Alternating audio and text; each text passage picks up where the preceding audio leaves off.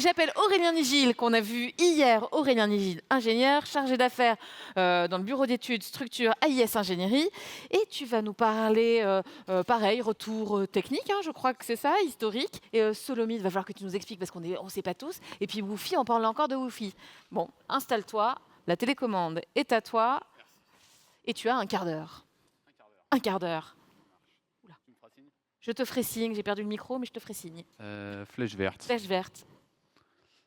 Non, pas celle-ci. La grosse flèche verte. Ah oui. Tout d'abord, merci de m'avoir invité, notamment Coralie Garcia qui m'a invité à venir présenter ce travail. Moi, c'est un travail que j'ai fait dès que je suis arrivé chez EIS, dans mon stage de fin d'études d'école d'ingénieur. Une école d'ingénieur pas du tout dans le bâtiment. Et en fait, c'est ce qui m'a vraiment plu, c'est tout ce travail que je vais vous présenter. Donc, je suis vraiment content d'être ici et de vous présenter ça. Voilà. Donc, Coralie, elle m'a proposé de venir et d'intervenir sur ce projet-là. Ah oui, le retour écran. Sur ce projet-là. Et parce qu'il y a un sujet autour de la gestion de l'eau dans un bâtiment qui est vieux et qu'il y a peu de monuments vieux en paille en France. Et que voilà, je vais passer un peu de temps. C'est quoi vieux On va le voir. Je tease un peu. Ça fonctionne. C'est le spectacle. Et donc, je vais vous faire une petite proposition. Alors, je ne vais pas trop parler de Woofy parce qu'on est un bureau d'études structure et ce n'est pas du tout le cœur de notre expertise. Il y a d'autres bureaux d'études qui sont beaucoup plus, qui savent faire tourner du Woofy beaucoup mieux que nous. Et par contre, j'ai une petite proposition, c'est un retour d'expérience sur cet exemple concret. Et puis, on va parcourir un peu je vais vous emmener sur le parcours de ce projet-là. Et puis, à la fin, je donnerai un peu... Enfin, l'objectif, c'est de donner des pistes pour faire avancer la filière. Et puis à la fin, je donnerai aussi mes petits avis perso sur l'avancée de tout ça et le rôle d'un ingénieur. On te suit. Voilà, c'est parti. N'hésitez pas à m'interrompre si vous avez des questions. Le contexte, rapidement, c'est Claudia Deveau, une architecte patrimoine, et Philippe Rinikiewicz, du coup, de chez IS, le bureau d'études dans lequel je travaille, qui l'avait rencontré sur ce projet 2027 où ils avaient travaillé un peu finement ensemble sur le relevé des fissurations de béton. Parce que cette villa du Corbusier, là, elle avait subi quelques dégâts et voilà, ils avaient travaillé ensemble. Et du coup, Claudia nous avait recontacté pour d'autres projets, et notamment sur ce projet-là, la rénovation de la maison atelier Théo Van Desbourg à Meudon. Donc Meudon, banlieue sud de Paris. Théo Van Desbourg, un artiste fin du 19e, début du 20e. Tout ce mouvement moderne, là c'est un de ces tableaux que vous pouvez voir au milieu là, que je trouve assez chouette et qui, comme vous pouvez le voir, il était artiste mais architecte aussi. Et ça se ressent bien dans cette maison là. Donc il avait fait construire cette petite maison atelier entre deux autres maisons sur une parcelle un peu allongée là. Et on retrouve un peu ces couleurs et on retrouve surtout tout le mouvement moderne un peu similaire au Corbusier, quoi. Et à droite, c'est la photo d'une des pièces principales de la maison qui est assez chouette, je trouve. Enfin, moi, j'aime bien l'ambiance et du coup, j'ai pu aller passer pas mal de temps dans ce bâtiment et en fait, c'est une résidence pour artistes maintenant qui viennent passer du temps parce que ils se sentent inspirés, etc. Et voilà. Et vous voyez la table en béton là qui a été coulée sur place. Donc c'est un monument classé monument historique.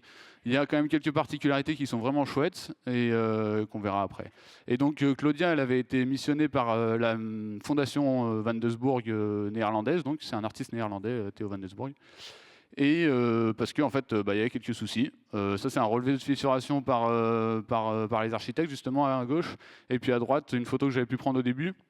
C'était des traces d'humidité assez importantes quand même dans le bâtiment. Et donc, elle nous avait contactés en nous disant, bah voilà, est-ce que ça vous intéresse de travailler là-dessus et elle avait des petites suspicions de présence de paille dans le bâtiment. Donc on a dit, ah bah oui, ça nous intéresse pour le côté historique, mais aussi potentiellement s'il y a de la paille. Comment on fait pour avoir des suspicions de présence de paille dans un bâtiment ? Eh ben, elle a quand même DDA architecte, je ne sais pas si parmi vous certains connaissent, mais c'est quand même une architecte, enfin Claudia Devant, en tout cas moi j'ai échangé qu'avec elle, assez pointue dans le domaine, dans cette période-là en tout cas, et je pense qu'elle avait pas mal étudié l'histoire Et on verra un peu, elle avait fait de la recherche historique là-dessus. Voilà.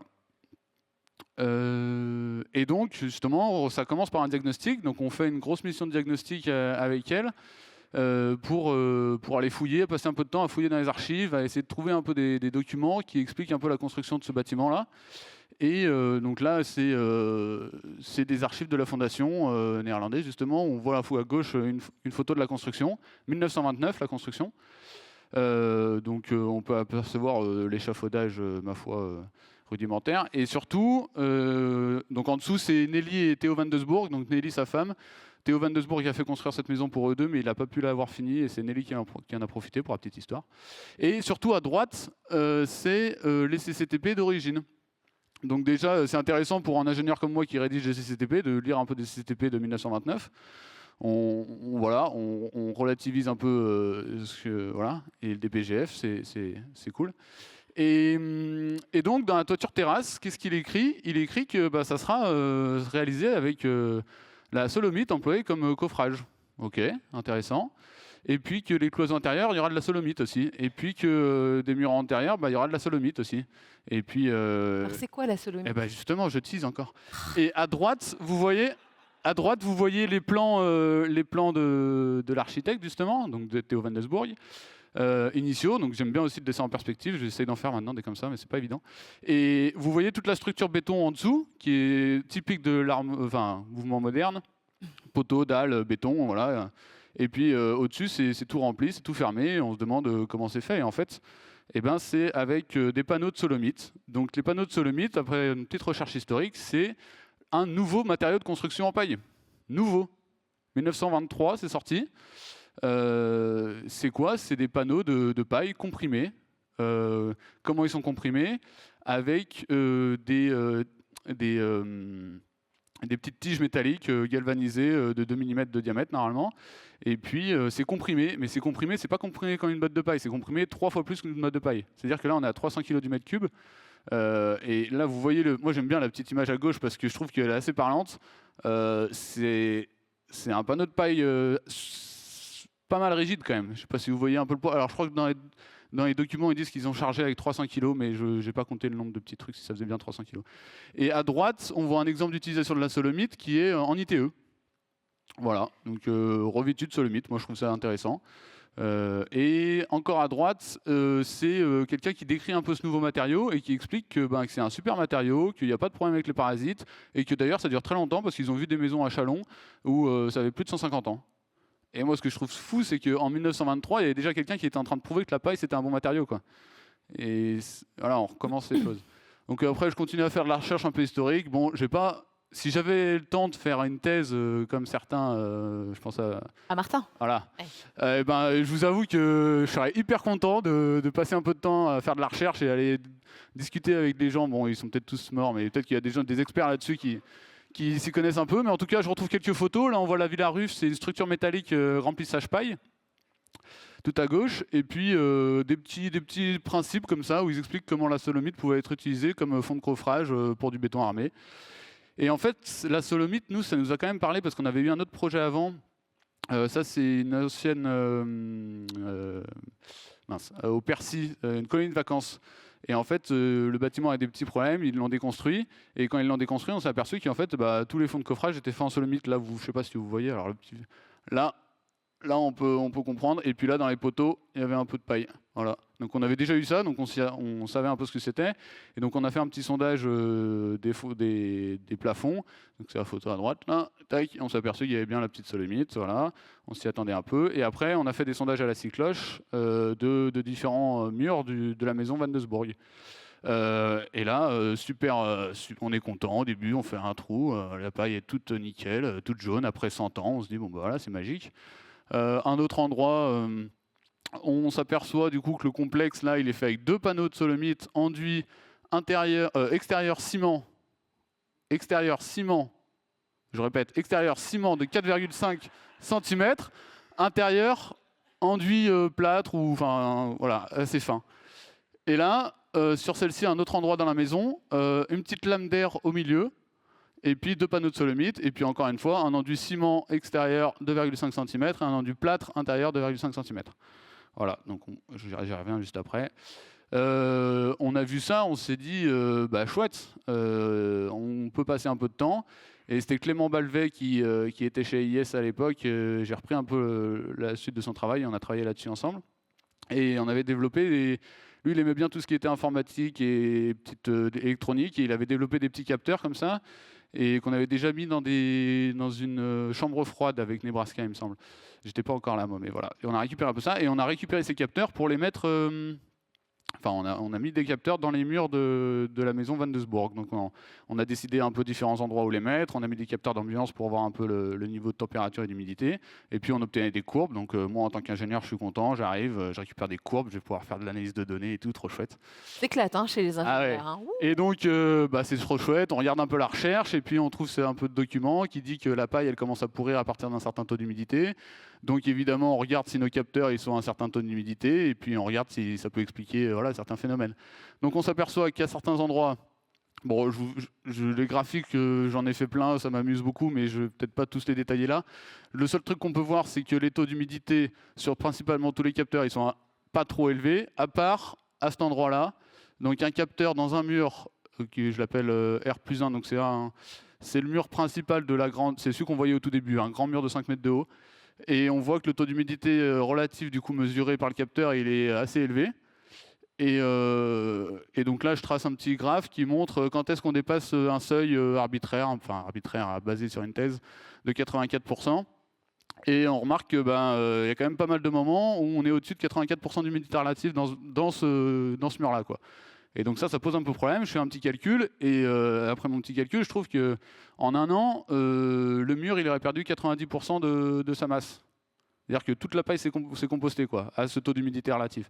Et en fait, je retombe sur une archive de Theo van de Sbourg qui dit que en 1932, un truc comme ça, qui envoie un courrier au constructeur et qui dit le mur ouest est totalement pourri. Veuillez faire quelque chose quoi. Et je me dis mince, ça a pourri dès le début. Donc je me dis on va retourner sur site, on va refaire quelques trous et puis on va passer une petite caméra pour regarder un peu l'état de la paille.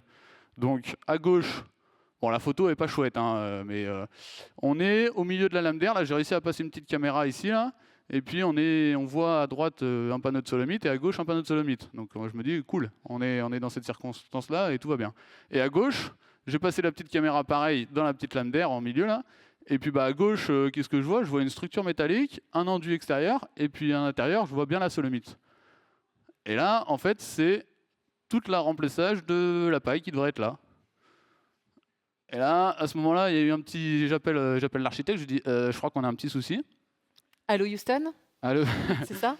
Et donc, on réfléchit un peu, et puis je formule une hypothèse. En tant que bon ingénieur, voilà. Ça, c'est mon complexe de paroi. Ce que je vous ai pas dit, c'est qu'il y a des endroits où la lame d'air au centre, elle est ventilée en fait. Donc Theo van de Sbourg, il s'était dit, la paille, je sais pas trop et tout, on va peut-être mettre des petites rosaces comme vous voyez là.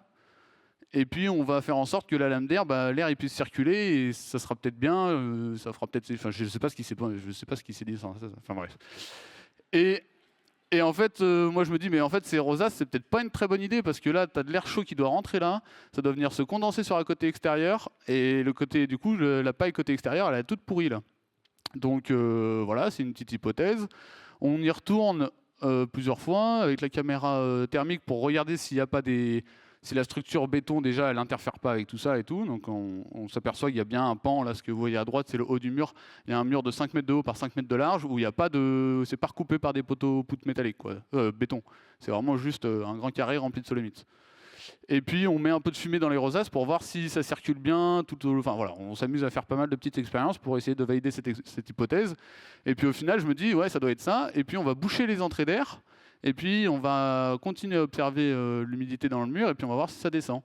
Et donc je retrace mon petit graphe entre l'hiver 1 et l'hiver 2 et puis je m'aperçois que oui, en bouchant les rosaces, on a bien un mur qui arrive à descendre un peu en taux d'humidité relative et qui sèche un peu mieux. Donc on se dit, la lame d'air ventilée, c'était vraiment pas une bonne idée. Bon, ça fait un peu du bon sens, mais voilà, on l'a validé et du coup, après, on a pu faire des petites préconisations de travaux. Donc l'idée, j'ai plus beaucoup de temps. Normalement, tu n'en as plus, mais on Ok. va poursuivre. J'accélère. Préconisation de chantier, on essaye de dire un peu où est-ce qu'il faut intervenir. Donc ce pan-là de mur, ce que je disais là, le 5 mètres par 5 mètres de haut, lui, on a vu que c'était tout pourri, qu'il faut absolument intervenir rapidement. Et puis les autres, on a des suspicions parce que pareil, il y a des lames d'air ventilées, etc. Donc on préconise ça. Et puis on dit à l'architecte, bah voilà, nous, on voit une solution comme ça, il faut absolument garder la paroi intérieure, elle nous dit, parce que monument historique, et vous ne me cassez pas le côté intérieur. On dit ok, on garde le côté intérieur. Par contre, la solomite, elle n'existe plus, là, ce qui est en rouge. Donc bon, voilà, déjà ça. Et puis l'enduit extérieur, va falloir le déposer et puis il va falloir le remplacer par quelque chose. On lui dit, on peut faire une solution conventionnelle, on met du parpaing, tac, on enduit et puis il n'y a plus de sujet. Ou alors on propose une solution un peu à l'identique avec des panneaux de paille. Et puis la partie intérieure, on la conserve. Donc l'architecte qui est assez normal, un architecte du monument historique qui veut conserver un maximum et reproduire à l'identique, donc absolument conserver la façade intérieure, la grande côté intérieur, l'enduit intérieur, il ne faut pas y toucher. Et puis, elle est d'accord pour utiliser du coup des panneaux de paille. Donc là, un petit coup de pub pour Copano parce que il n'y a pas beaucoup d'acteurs qui font donc ils sont pas à 300 kg du mètre cube, mais ils sont quand même assez denses. Et donc on se dit on va utiliser ces panneaux de Copano en remplacement de la solomite existante. Et donc et on va surtout supprimer cette lame d'air. C'est surtout ça en fait. Et ce qui tombe bien, c'est que les panneaux de solomite, ils font 6 cm d'épais, et que là, le Copano, il est plus épais, donc il va pouvoir remplir cette lame d'air, et puis on va pouvoir renduire par-dessus et garder le même, tout en rajoutant un peu d'érédisseur en bois. Voilà, j'essaie d'accélérer parce que je sens que je vais être à la bourre. Donc Chantier, c'est une entreprise de monuments historiques qui s'y colle et qui on lui a demandé de faire plusieurs petits sondages avant de commencer le chantier pour vraiment vérifier que les murs sur lesquels on s'inquiète, il n'y a pas trop de sujets et que le seul mur qui pose question, c'est celui-là. Et donc quand ils font leur sondage sur ce grand mur là, celui-là, là, et on s'aperçoit qu'il y a quand même des raidisseurs en bois qui étaient entre les deux panneaux de solomite. Et donc ça nous rassure un peu parce qu'on se disait quand même un mur de 5 mètres par 5 mètres tenu avec de la solomite, c'est un peu juste. Et bon, ces trucs qui s'avèrent qu'ils sont un peu tout pourris, donc on les remplace. Voilà, donc ça c'est les étapes du chantier. À gauche, vous voyez quand ils déposent la solomite extérieure, là un peu toute pourrie, enfin clairement toute pourrie. Et puis que derrière on voit la solomite ancienne avec les aciers un peu corrodés mais qui sont bons quand même. Et puis là, il rajoute une structure bois du coup tout autour, des raidisseurs bois un peu plus costauds. Et puis on vient glisser des panneaux de Copano là entre les nouveaux éléments. Puis après, ils vont enduire par-dessus. Voilà, on enduit, on refait un petit coup dessus. Là, on refait l'étanchéité en tête parce que quand même, c'était pas top. Et voilà. Et alors mes petites conclusions, normes versus réalité, c'est juste pour dire que les données données dans Woofy ne sont pas forcément les bonnes. On a fait des tests en labo pour mesurer les SD des différents enduits extérieurs et intérieurs, et on a comparé par rapport à ce qu'on avait, et c'est pas tout à fait aussi, enfin c'est pas la même chose, mais la conclusion quand même qu'on peut tirer, c'est que à différents endroits il y avait différents complexes, on était toujours plus fermé du côté extérieur que du côté intérieur, donc ce qui est totalement contraire aux règles Propy, on est d'accord, et pourtant, il y avait des endroits où la paille, après 100 ans, elle était en super état. Vraiment en super état. Alors que, voilà, je vous ai mis un petit tableau où j'ai fait mes calculs de SD à baser sur les rapports des laboratoires et nos sondages. Et certes, il y a des endroits où la paille était totalement compostée, comme vous pouvez le voir en bas à gauche, mais c'était lié à d'autres phénomènes que purement les histoires de SD entre le côté extérieur et le côté intérieur. C'est ce que je vous ai expliqué, c'était plutôt la lame d'air qui était ventilée. Et là, pour le coup, la paille, elle s'était vraiment compostée. Mais je pense qu'elle s'était compostée rapidement et que voilà, ça faisait un moment que ça tenait comme ça, mais bon, ça fissurait quand même pas mal.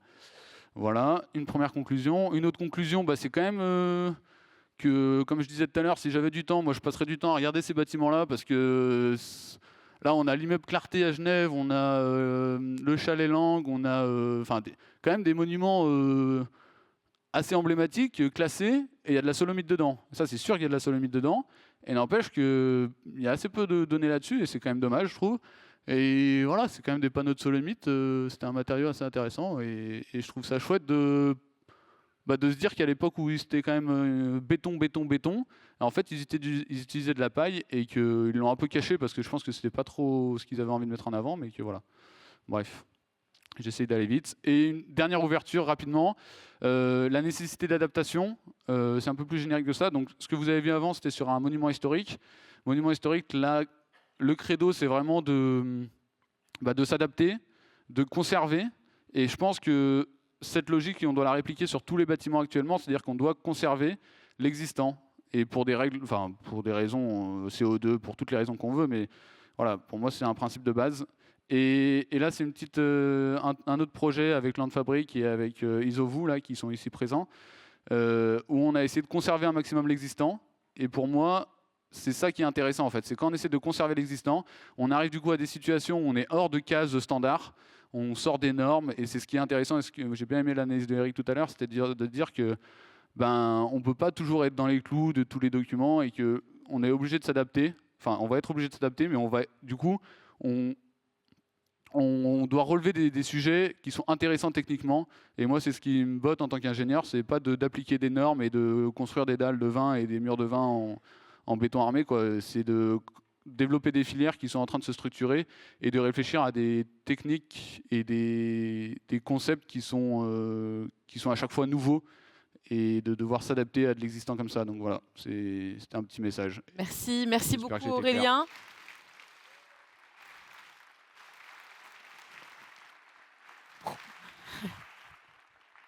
Projet extrêmement intéressant. Coralie, tu voulais Oui, nous je voulais donner juste un complément. rajouter un petit mot pour expliquer pourquoi on a demandé à Aurélien de vous présenter ce travail. C'est parce que des fois, on vient nous voir, on dit « Ah, j'ai calculé avec le logiciel Wi-Fi, j'ai un enduit terre intérieur, un enduit chaud extérieur, le logiciel Wi-Fi me dit que ça ne marche pas. » Bon, du coup, on est là. Enfin, bon, on a quand même travaillé là-dessus et on sait que ça fonctionne. On voit aussi, et il y a plein d'exemples qui datent d'il y a plus de 100 ans, où il y a des enduits ciment des fois à l'extérieur. Et on voit que ça fonctionne. On ne dit pas que ça fonctionne tout le temps, mais en tout cas, on dit que parfois, les logiciels, faut avoir un peu du recul, il faut avoir du bon sens, et des fois, on ne sait pas. Il faut savoir dire qu'on est encore en train de découvrir comment ça fonctionne, toutes les histoires de capillarité, des enduits, etc. Donc, il faut savoir avoir un peu d'humilité et de ne pas dire « le logiciel m'a dit que c'est comme ça, c'est pas autrement ». Voilà, un peu de recul. Merci beaucoup Coralie pour cet apport d'information. Effectivement, un projet extrêmement intéressant. Luc. Oui, je voudrais... J'en rajoute une couche là-dessus. Juste d'abord, bravo. Et deuxième chose, sauf erreur de ma part, les Solomit n'ont pas été faits par M. Feuillette, mais par Serge Tchaïev, qui était un ingénieur d'origine russe, qui avait monté une boîte. Et Solomit, ça vient du russe. Enfin, bon, bref, voilà. Et ensuite, par rapport aux enduits, vous avez vu qu'on a mis dans les règles pro que c'est inférieur à 1 mètre à l'extérieur quand c'est enduit.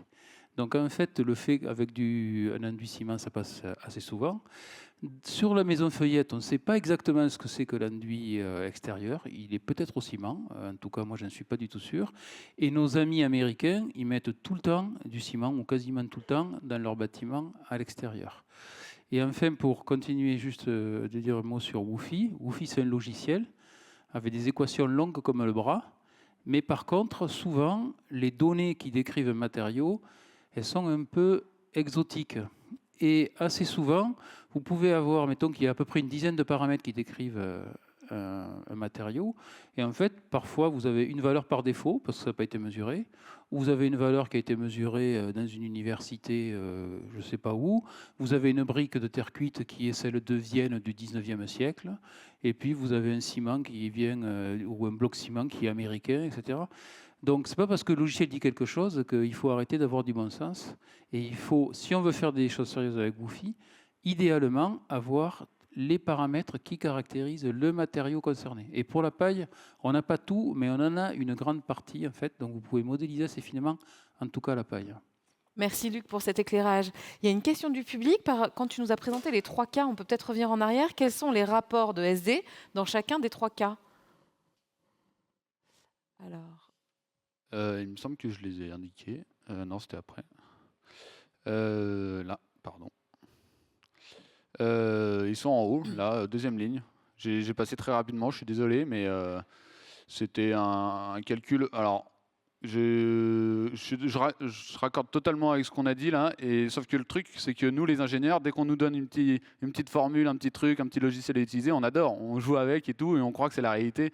Et après, il faut quand même sortir de ça et se dire, attends, il est où le bon sens, où est-ce que ça va? Et ça, c'est un calcul de coin de table, et je trouve que le calcul de coin de table, il est bien pour ça. Il permet de se rapprocher un peu plus de phénomènes concrets, d'être dans le bon sort de grandeur. Et ça, c'est un calcul vraiment de coin de table. Je vous avoue que j'ai pas pris beaucoup de temps pour faire ce truc à gauche. C'était juste personnellement, j'étais un peu curieux de voir un peu à quel point on n'était vraiment pas dans les règles ProPie. Et bon, un SDX sur un SDInt de 5, on n'est pas bon, quoi. Voilà. Merci Aurélien. Est-ce qu'il y a des questions dans la salle? Alors, hop, là, il y en a 2. Vas-y. Ah, à chaque fois? Oui, mettez-vous debout. Comme ça, vous êtes... Alors, il y en a... Allez-y, c'est bon? C'est juste plus un témoignage, Sébastien, du terrage de la PTE et le village dans le Vaucluse. Mon grand-père, en fait, dans les années 70, utilisait ce genre de panneaux pour isoler les bâtiments. Il était déjà artisan. Alors, c'était plutôt des panneaux de ces Strami qu'il allait chercher en Belgique. Et il avait, donc, c'est des panneaux, il y avait une couche de carton d'un côté, une couche de bitume de l'autre. Il faisait des toitures comme ça. Et l'étanchéité dessus, quoi. Et il y a encore des bâtiments qui sont sur Arras qui sont faits avec qui sont encore comme ça. Donc je pense que c'est pareil, le logiciel voit rouge. Je suis pas allé voir dans quel état ils étaient, mais en tout cas voilà, on en a démonté récemment et ça allait aussi, quoi. Donc voilà, c'est pour dire voilà. Merci pour ce retour. Ça y est, vous avez le micro, c'est bon. Wouh! Donc, Maud Fouqueran, Albert et compagnie. Mais du coup, sur ces histoires de migration vapeur d'eau, comment vous conseillez de procéder en conception? Est-ce qu'on se base uniquement sur les règles ProPie et les SD qui sont marquées? Est-ce que vaut mieux quand même simuler par logiciel? Enfin, parce qu'en conception, on ne va pas pouvoir mesurer dans une paroi prototype pendant 2 ans, quoi. Je suis bien d'accord. J'ai pas de règles à donner. Je vais pas te donner un complexe de mur qui fonctionne, même s'il n'est pas en adéquation avec les règles ProPie. Je pense que, je sais pas, c'est une analyse, comme Dan l'explique si bien, c'est une analyse du risque. Si tu es dans une chambre froide, si tu es dans un locaux à humidité élevée, des choses comme ça se discute différemment que... Enfin, je sais pas, pour moi, c'est... Alors, Luc... En tout cas, je me baserai pas, comme disait Coralie, je me baserai pas sur une étude Woofy en disant j'ai mis un enduit-terre des 2 côtés et ça fonctionne pas et j'ai pas le droit de mettre un enduit-terre des 2 côtés sur, je sais pas, sur un mur ou un enduit-terre intérieur, un enduit chaud extérieur et dire ça fonctionne pas au Woofy donc je construis pas comme ça. Je nuancerai les propos, quoi. Je pense que le Woofy, il dit des bonnes choses, mais... Alors, il y avait une remarque de Yannick et après Luc. Et puis il y a moi aussi. Ah oui, mais c'est compliqué. % des cas, il suffit de se servir des règles pro parce que ça marche. C'est peut-être sécuritaire, mais ça marche. Merci. Luc? Oui, Aussi court. Dans les règles pro, on utilise le SD parce que c'est commode, donc on mesure qu'un paramètre de perméabilité à la vapeur d'eau des matériaux et on fait un calcul statique qui est aussi simple, qui a l'avantage d'être simple, et on a pris des marges très sécurisées. Et là encore, sur cet enduit ciment, il est réputé ciment. Dans les annexes des règles pro, on a écrit 82 de mu pour l'enduit ciment, mais c'est une valeur qui est prise dans la littérature. Peut-être que cet enduit ciment, il est beaucoup plus ouvert que ça. À l'époque, il y avait des granulats moins réguliers qu'aujourd'hui. Il y avait des ciments qui étaient cuits d'une manière différente qu'aujourd'hui, etc. Donc il ne faut pas le prendre au pied de la lettre. Et à nouveau, dans les règles, il y a écrit SD inférieur à 1 mètre ou autre chose, ou un rapport de SD. Donc on est peut-être même quand même dans les règles pro. Donc appliquez les règles pro, franchement, vous avez un bon niveau de sécurité. Et vous ne faites pas trop de nœuds au cerveau avec ça. C'est le message de Yannick. Eddy, rapidement. Juste une remarque, là on est aussi sur des enduits, donc sur des matériaux qui ont un phénomène capillaire important. Et ça on le sait bien, ce qu'on appelle l'effet mèche. C'est-à-dire que sur des panneaux qui sont non capillaires, ça il faut venir en formation ProPie, on vous fera la petite démo. C'est vachement sécurisant aussi d'avoir des matériaux capillaires comme les enduits chauds, ciment, etc. Et c'est la grande force qu'a le matériau botte de paille, support d'enduit en fait. Merci pour beaucoup. Les pathologies. Merci beaucoup pour ces apports. Merci beaucoup Aurélien pour ce retour d'expérience extrêmement intéressant.